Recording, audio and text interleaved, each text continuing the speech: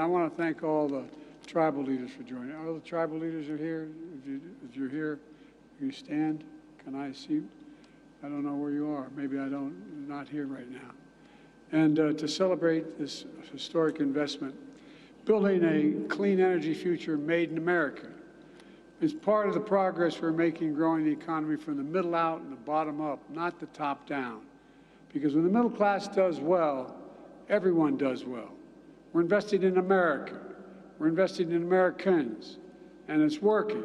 Since I took office, my Investing in America agenda has led to manufacturing boom that's attracted over $600 billion. $600 billion in private investment from private companies in America and around the world, manufacturing and industries of the future. When I took office, we set a goal to produce 100% carbon-free electricity by 2035. And because of my commitment to clean energy future, Made in America clean energy companies started investing here in Colorado. Here in Colorado, CS Wind, a Korean company, makes towers and wind turbines. I know you all know it, but people seeing this on television may not be certain. They used to make all their wind towers abroad. Then they decided to make them here in America as well. And today, CS Wind factory in Colorado is the largest wind tower manufacturer in the entire world. With over 870 employees. It's simple. As I've said for a long time, when I think climate, and I mean this sincerely, I think jobs. That's what climate's about. Not only saving lives and saving the environment, but jobs. But that's not the end of the story. I signed a historic law, the most significant investment combating existential threat of climate change ever anywhere in the world. It does many things, including provide incentives to make wind towers in America and bonuses for clean energy projects that use those American-made wind towers to power American homes. And because of my Investment in America agenda, CS Wind plans to invest an additional $200 million to expand the facility right here, another $200 million, doubling its production and creating 850 more good jobs beyond what's going on. And because of the investment and incentives we wrote into the law, CS Wind recently announced its employees will receive an end-of-year bonuses as well. You can clap for that, man.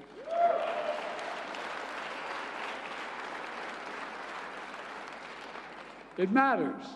Like I said, when I hear climate, I think jobs. Here in Colorado, the wind turbine manufacturing Vistas is investing $40 million to expand its factory and hire an additional 1,000 employees. Solar manufacturer Meyer Burger is building a new solar cell factory just down the road in Colorado Springs. They'll create more than 350 new jobs themselves. And all across America, instead of exporting jobs, companies, both foreign and domestic, are creating jobs here in America and exporting American-made products. That's what we used to do 40 years ago. Through my bipartisan infrastructure law, we're also making the most substantial investment in American infrastructure since President Eisenhower built the interstate highway system. We're investing in roads, bridges, ports, airports, clean water, affordable high-speed internet. Already, we've announced over 40,000 projects. 4,500 communities across the nation are benefiting. And from the new Amtrak tunnel in Baltimore to the Brent Spence Bridge in Kentucky to right here in Colorado, $5.6 billion in 304 projects. We're investing $160 million in a 103-mile water pipeline known as the Arkansas Valley Conduit. It starts here in Pueblo and will bring water to 50,000 people across the southeastern Colorado.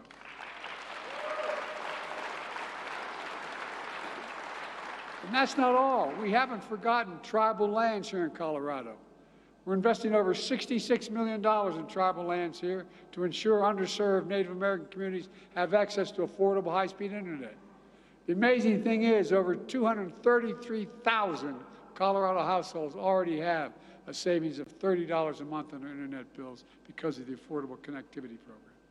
You know, and as part of my commitment to conserve and restore our country's lands and waters, my administration already conserved more than 21 million acres nationwide, including when I was here a year ago at the Camp Hale Continental Divide National Monument, a beautiful place that will never, ever, ever be built on in future generations.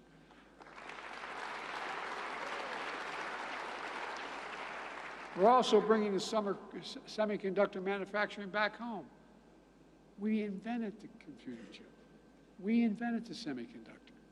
All those computer chips smaller than the tip of your finger that affect nearly everything in our lives, from cell phones to automobiles to refrigerators to advanced weapon systems. America invented these chips. But as time went on, we went from producing 40% of the world's chips down to just over 10%. That's why I designed and signed the Chips and Science Act. Because how can we remain the greatest nation in the world without leading the world in science and technology? How does that happen? We used to invest 2% of our gross domestic product in research and development as a nation. That's why we're leading the world. Over time, that went down to 0.7%. But we're changing that. Now, all over the country, semiconductor companies are investing literally hundreds of billions of dollars to bring chip production back home to America. In Colorado Springs, the company Microchip announced it would invest $880 million to expand their manufacturing capacity, creating 400 additional good-paying jobs in the semiconductor industry. And the fabs, that's what they call the factories they build in, these fabs, they pay an annual salary over $100,000 a year. And guess what? You don't need a college degree to get the job. Folks, things are changing. We're also focused on growing the rural economy. Let me put this in perspective for you.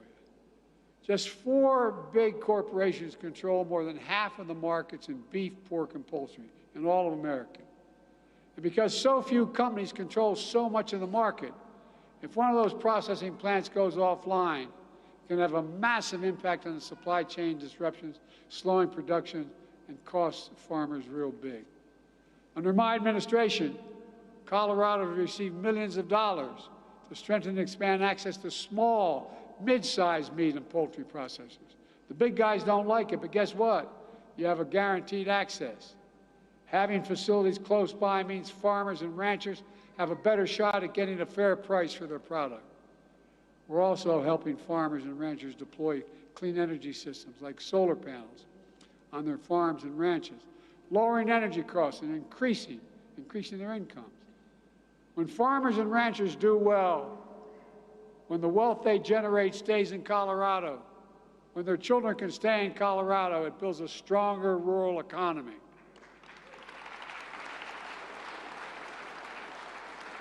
And now, new data released just today shows the investments we're making have spurred by the Inflation Reduction Act, which I wrote, which we passed, is going to communities historically left behind.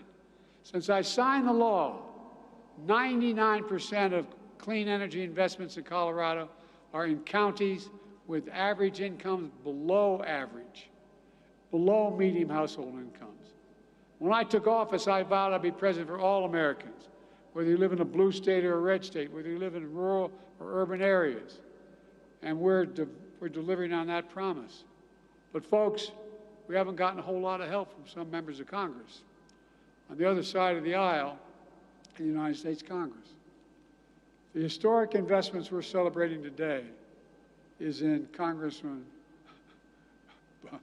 Boebert's district. She's one of the leaders of this extreme mega movement. She, along with every single Republican colleague, voted against the law that made these investments in jobs possible. And that's not hyperbole, that's a fact. And then she voted to repeal key parts of this law. And she called this law a massive failure. You all know you're part of a massive failure? Tell that to the 850 Coloradans that get new jobs in Pueblo and see us win thanks to this law. Tell that to the local economy that's going to benefit from these investments. Tell that to anyone who wants to listen. Tell with thanks to Congressman I think what she calls a massive failure.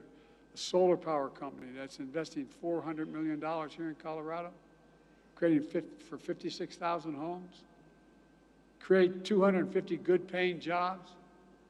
Lightsource BP is building a new solar farm just down the road from here to power an additional 53,000 homes. Across Colorado, Xcel Energy is investing $1.7 billion to improve the state's electric grid. And folks, none of that sounds like a massive failure to me. How about you? I mean, it's crazy. This is an incredible opportunity. I've gone around the plant today to those I got to talk to. You're changing America. You're changing America. It all sounds like a massive failure in thinking by the Congresswoman and her colleagues. The Congresswoman also voted against the CHIPS and Science Act. And when she voted against the bipartisan infrastructure law, she called it garbage, a scam. And as a matter of fact, the new Republican Speaker of the House, along with the Republican Congressman Vern Buchanan, just visited Sarasota, Florida yesterday to tour the construction of a new terminal at that airport. It's going to create thousands of jobs over time. The project is funded with nearly $30 million from the bipartisan infrastructure law. And it's going to generate more than $30 million for Florida multiple times over. And guess what? Both the Speaker and the Congressman voted against the law and spoke against the law. But now they're down there taking credit for it being built. As my mother would say, God love him. As one of my friends back home would say, that's real chutzpah. That's real chutzpah. Meanwhile, my predecessor wants to get rid of the Affordable Care Act. Over 40 million Americans today get their health insurance through the Affordable Care Act. His plan is to throw them off that plan. That would mean the number of uninsured African Americans will go up by 20%, for Latinos will go up by 15%. Folks, this is not your father's Republican Party. Like I said, I made a promise to be the president for every American, and I'm keeping my promise. And just this morning we learned that our economy, just this new data out, our economy grew by over 5% in the last quarter. That's more growth. That's more than it grew under my predecessor in any quarter outside the pandemic, despite promises of massive tax cuts for the wealthy, and corporations would be, what they said would supercharge the economy and trickle down to working folks. Not a whole lot trickled down on most kitchen tables I'm aware of. But when I took office, since then, the first 2 years, we created over 14 million brand new jobs, good paying jobs. And nearly 250,000 of those good-paying jobs are here in Colorado alone. We've created close to, remember we were told we're not going to be the manufacturing capital of the world. How can we be the manufacturing capital of the world again? Well, we've created close to 800,000 manufacturing jobs, almost twice as many as the previous administration did in all 4 years. The unemployment rate has stayed below 4% for over 20 months in a row, the longest stretch in 50 years, and we've seen the highest share of working-age Americans in the workforce in 20 years. And inflation is down. We have more work to do, but inflation is down at the same time. Core inflation is the lowest level in 2 years that we've had, the lowest inflation of any major country in the world. Let me be clear. Any corporation that's not passing these savings on to the consumers needs to stop the price gouging. And as my friend, Senator Bob Casey from Pennsylvania calls it, greedflation. American people are tired of being played for suckers. Look at all the hidden fees you have. You find out, you call up your bank and you want to find out what the balance in your account is. They charge you 20 bucks. I can go on and on and on. It's wrong. One thing I said after we passed all these major pieces of legislation, it's the next big battle is going to be whether the very wealthiest among us begin, and the biggest corporations begin to start paying their fair share. I'm not talking about 80%, 70%, 90%. I'm talking about the highest tax rate in America is 38%, 36%. Let me be clear.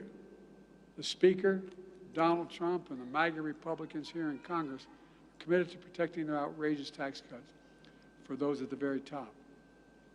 And they're going to continue to oppose investing in all those programs that help people, whether it's in education, healthcare, or whatever. I have a different view. One of the ways that we paid for all those investments, and we paid for, and by the way, I cut the federal deficit of over $7 billion while doing all this. But one of the ways we paid for these investments by making corporations begin to pay their fair share. Some of you may remember all the publicity back in 2020. 55 of the Fortune 500 companies in America made $40 billion in profits. That's good. You know what they paid in federal taxes? Zero. Not a penny. Not one penny. Because of the law I signed, billion-dollar corporations now have to pay a minimum of 15% of the federal tax. That's even less than you all pay. But they're paying zero before. That paid for all the work we did, and we have more work to do. Does anyone think the tax code's fair? If you do, raise your hand. I'm not joking. Even people doing well don't think it's fair. You know, we had about 750 billionaires in America before the pandemic. Now there are 1,000. You know the average rate those billionaires pay in their federal taxes? 8%. They make $1 billion, and they pay 8%. Raise your hand if you pay more than 8%. Every one of you do. I'm serious. Think about this. I mean, just think about it. That's less than a firefighter or a teacher or so many other people may pay. That's why I'm proposing a billionaire minimum tax. Get this. A billionaire minimum tax, not even at the highest rate, at 25%, which is a lot of you pay if you're making a family of four making $150,000 a year. If just 25% is still 10% lower than the top rate, and it would raise $440 billion over the next 10 years. Just paying 25% instead of 8%. Imagine what we could do if we just made these billionaires pay their taxes like everyone else. We could use it to strengthen the Social Security and Medicare system instead of cutting them, or like Congressman Trump and Bo want to do. We could use it to help millionaires and millions of families afford, instead of millionaires, millions of families afford a little help with senior care. How many of you have a mom or dad that they don't want to have to give up all the value in their home, sell it and go to a nursing home? But you know, if they just had someone there at dinner time to help them with the dinner, or just had them in the morning there, just a little bit, they could stay, save a lot of money, and be a hell of a lot happier. Or we could do, what would we do with child care? When we had that child care tax cut, what happened? We had the lowest poverty rate for children in the history of America. But what it does, it generates income. All those moms and single dads who are taking care of their kids, they're able to get a job, pay a tax, go to work, because someone can be with their child. Child care. This is not about helping poor folks. It's about smart economics. If we had another 5 million women working who can't work now, it generates economic income and growth in their communities. And all these ideas would be a hell of a lot better for growing the American economy than letting billionaires keep paying less taxes than any middle-class person or working person in America. Let me close with this. My plan is based on the belief that every American willing to work hard, and some don't want to work hard, but every American willing to work hard should be able to get a job, no matter where they live, in the heartland or in a small town, to raise kids on a good paycheck and keep their roots where they grew up. My dad, that's the God's truth, I know I apologize to Hickenlooper and others who heard me say it 1,000 times. My dad used to say, and I said, no, I'm deadly earnest, he'd say, Joey, a job is about a lot more than a paycheck. It's about your dignity. It's about being treated with respect. It's about being able to look your kid in the eye and say, honey, it's going to be okay, and mean it. There are 250,000 more jobs in Colorado since I took office. That's 250,000 more people throughout this state, including in this district, who can look their kids in the eye and say, honey, it's going to be okay. That's what it's about. This is not any, they call it socialism. My plan is rooted in what we've always worked best for this country.